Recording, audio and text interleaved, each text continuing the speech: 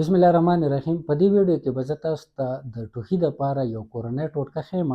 تاسو به داسې وکئ چې یو پیاله اوبه واخلئ، په هغې کې به یو چمچ ګبین او یو نیمبو چې دی هغه به پکې نچوړ کئ، دا به میکس کئ او دا به تاسو مریض ته ورکئ، ځکه چې اکثر د شپې مریض ته یو مسلسل ټوخی وي او د هغه ټوخی د مختلف د ټوخو د شربتو سره هغه ټیکېږي نه. نو تاسو به پرې دا وڅکوئ، انشاءالله تعالی د هغې سره به الله پاک شفا ورکړي، ځکه چې د ګبین په باره کې الله پاک په قرآن کې هم ویلي دي چې په ګبین کې د ډېرو بیمارو چې ده هغې کې شفا ده. نو دا تاسو استعمال کړئ، ما په خپله هم استعمال کړي دي، انشاءالله مریض ته به الله شفا ورکړي.